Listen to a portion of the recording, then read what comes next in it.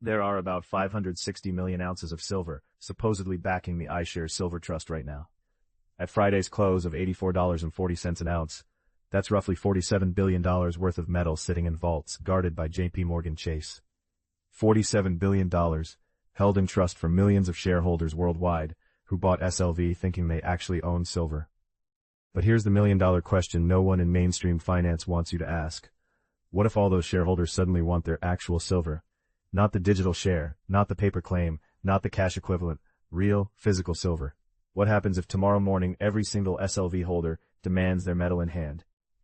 I spent the weekend poking at that nightmare, crunching numbers from SLV's own prospectus, COMEX vault data, LBMA reports, refinery output, and the trust's redemption rules.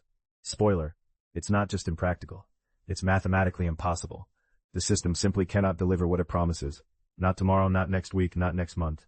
This $47 billion problem isn't some hypothetical stress test. It's a structural weakness already baked into every SLV share you own. See, SLV isn't the same as owning silver. It's owning shares in a trust that holds silver. The silver sits in London vaults, custodied by JPMorgan, and can only be redeemed for physical metal by authorized participants. That means big institutional dealers, not you. Your only exit route is selling shares for cash on the open market. Here's where it falls apart. The custodian doesn't hold all that silver in neatly segregated bars. Some is unallocated, meaning the silver is mixed in with JPMorgan's general inventory, the same stash they lend out, swap, or use to fulfill other obligations. So if every SLV investor demands silver at once, JPMorgan would need to find 560 million specific ounces to hand over. They can't, because the same metal is being counted multiple times across different contracts and vaults. Even if every ounce was clearly tagged and sitting ready, moving 17,500 metric tons of silver isn't like pulling files off a server. That's a giant logistics nightmare, needing armored transport, insurance, customs, and vault space. No armored truck fleet is prepared to shift that much metal simultaneously. And if authorized participants start redeeming aggressively, the share price will fall below the net asset value. That discount fuels arbitrage. Buy cheap SLV shares, redeem for silver worth more, sell it at a premium. This only speeds up the drainage of trust silver into a physical market already starved for metal. Shanghai premiums hover at $10 an ounce over COMEX prices, Chinese export controls are choking supply, and LBMA vaults are down 42% over 3 months. Every ounce redeemed leaves fewer for everyone else. The trust's own prospectus says it can suspend or alter physical delivery during extraordinary circumstances, substituting cash settlements instead. That cash price would match paper prices, $84.40, while physical silver trades well above that. Don't pretend it's unlikely. It's a mathematical certainty if redemption pressures spike. The result? Nearly 2/3 of all identifiable silver in Western vaults is concentrated in this one ETF, controlled by a single custodian with a history of fines for manipulation.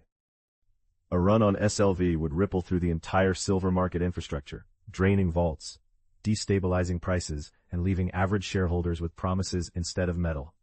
Now, SLV has survived previous shocks without breaking. It has an 18-year track record. And yes, physical arbitrage involves real-world frictions like shipping and licensing that reduce profits. But none of those realities change the fundamental structural risk lurking beneath SLV's shiny promise. So here's what you should do before Monday. Go read the actual prospectus, not some headline or blog summary. Understand what you really own versus what you think you own. Compare that to alternatives like PSLV or direct physical ownership. Check COMEX vault data, Shanghai premiums, and delivery reports. All the data is public, no excuses. 560 million ounces, $47 billion, one custodian with questionable credentials, a pricing system stretched to the breaking point, vaults draining faster than ever, and millions of shareholders locked out from the metal they thought was theirs. That is the $47 billion problem. Not if every holder demands silver tomorrow, but that it is impossible, even if they tried. SLV shareholders don't own silver. They own exposure to a paper promise resting on shaky vaults, a stressed custodian, and an increasingly fragile pricing mechanism, and none of them have looked more unstable in 18 years. Know what you really own.